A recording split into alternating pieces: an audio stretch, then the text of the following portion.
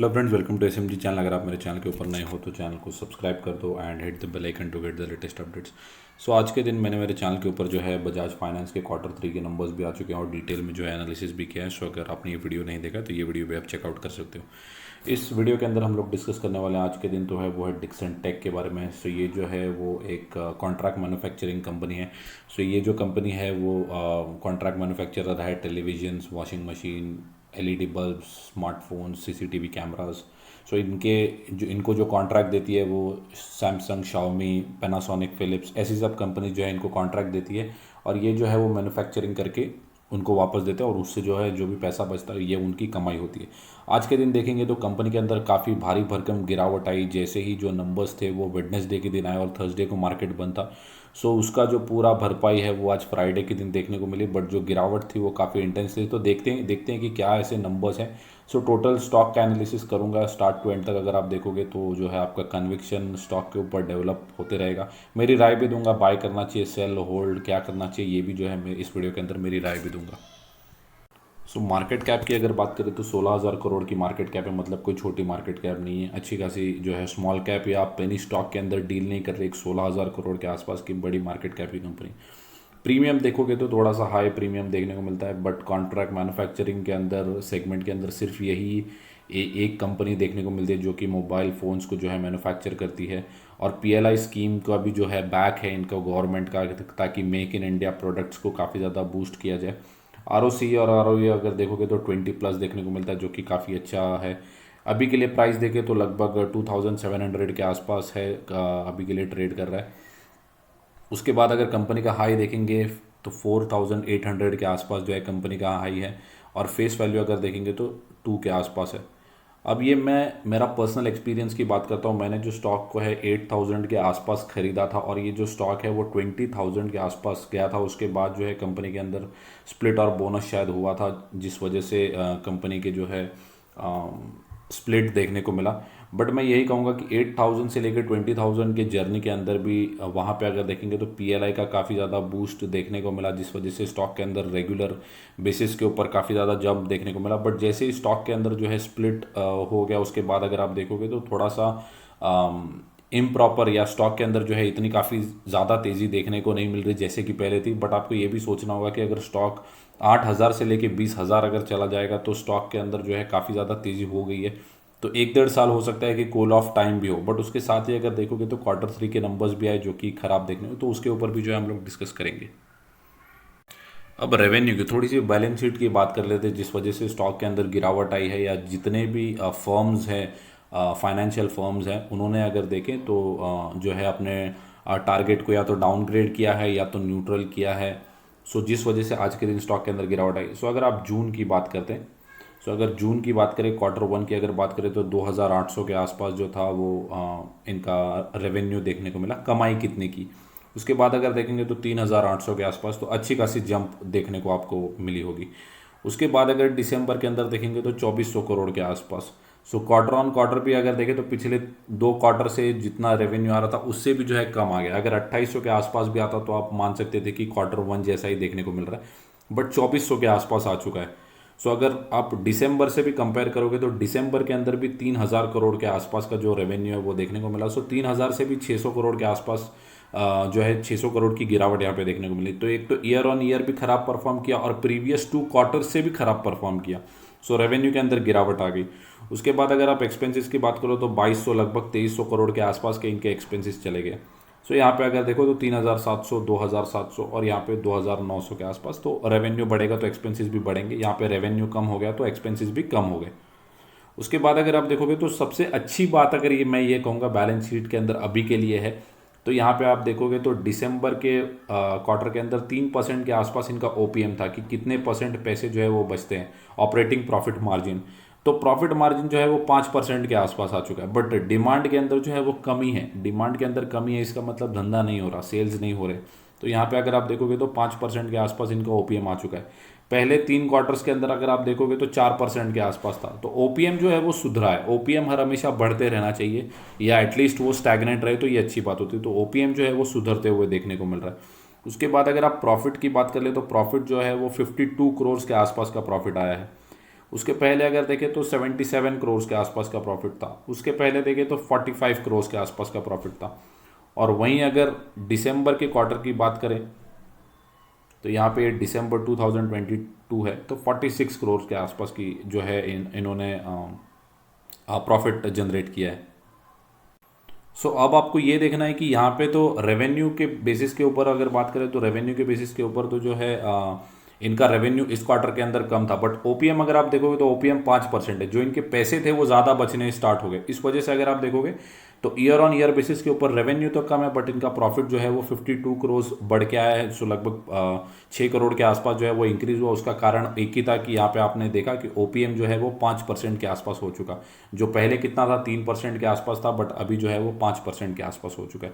सो एक तो ये बैलेंस शीट की बात होगी कि बैलेंस शीट के अंदर जो नंबर्स है, हालांकि आपको ये चीज़ में ध्यान रखनी होगी कि कंपनी जो है वो प्रॉफिटेबल बिजनेस है, कोई लॉस मेकिंग कंपनी नहीं है, और ऊपर से जो है 16,000 करोड़ के आसपास का मार्केट कैप है। सो कोई ऐसी छोटी मोटी कंपनी नहीं है जिसके अंदर आप डील कर रहे हो। सो कंपनी काफ़ी अच्छी है, बट अगर आप देखोगे तो नंबर्स के अंदर थोड़ा बहुत वेरिएशन देखने को मिल रहा है, कभी 18 करोड़, कभी 63 करोड़, कभी 6 करोड़, कभी 63 करोड़।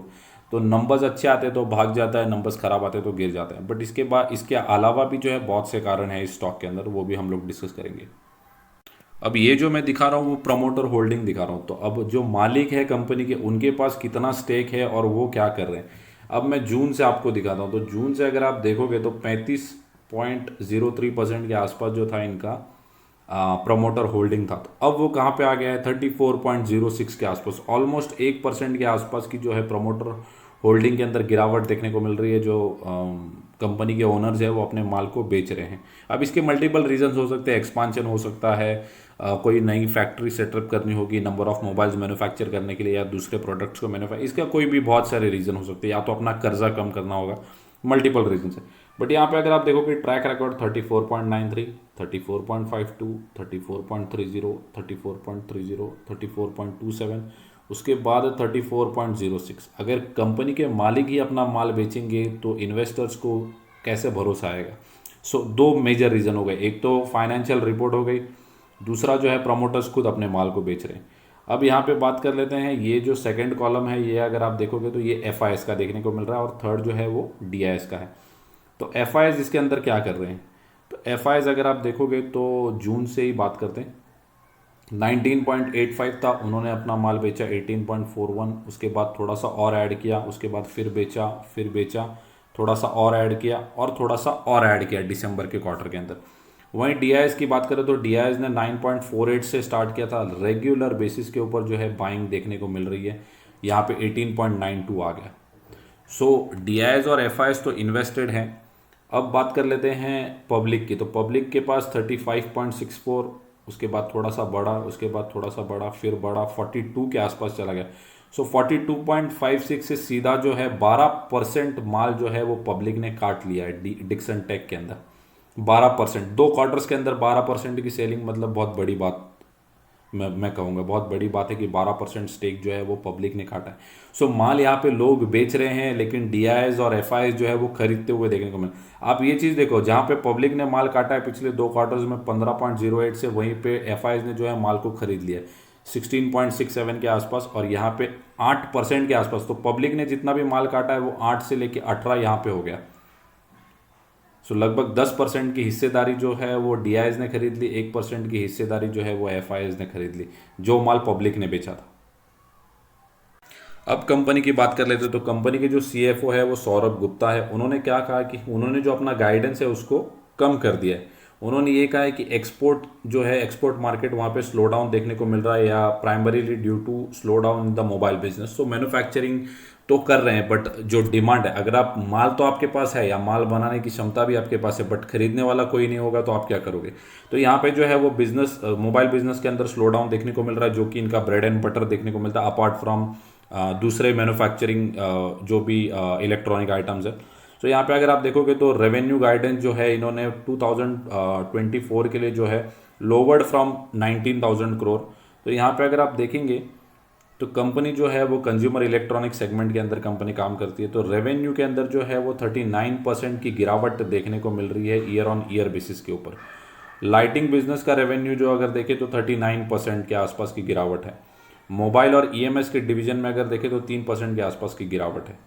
सो 43% जो है वो सिक्वेंशियल टू 915 करोड़ के आसपास ईयर ऑन ईयर बेसिस। तो मैंने पहले ही बताया कि ये सिर्फ एक सेगमेंट वाइज डिवाइड कर करके आपको बता रहे हैं कि ये इलेक्ट्रॉनिक सेगमेंट के अंदर इतना। तो ओवरऑल मैंने पहले ही बताया कि ईयर ऑन ईयर और क्वार्टर ऑन क्वार्टर बेसिस के ऊपर जो है वो स्टॉक के अंदर गिरावट है, इन टर्म्स ऑफ रेवेन्यू भी और प्रॉफिट भी। बट सबसे अच्छी चीज़ ये देखने को मिली है, या सिर्फ एक पॉजिटिव पॉइंट वही है कि इनका जो ओपीएम है वो बढ़ के 5% हो चुका है, और एफआईआईज और डीआईआईज जो है वो लगातार माल को खरीद लें।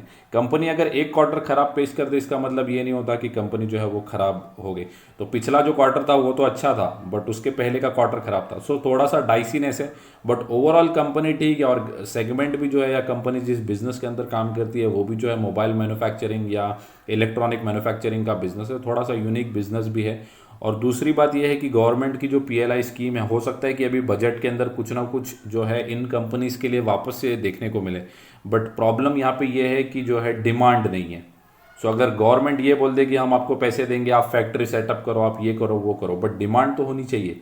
माल बना के करेंगे क्या, बेचेंगे किसको? तो ये चीज़ जो है वो हमें समझ में आनी चाहिए। बट हो सकता है कि अभी ग्लोबल इकोनॉमी स्लो डाउन है, जिस वजह से थोड़ा सा प्रेशर देखने को मिल रहा है, या थोड़ा सा इकोनॉमी के अंदर प्रेशर है, जिस वजह से ये सिचुएशंस देखने को मिल सकती है।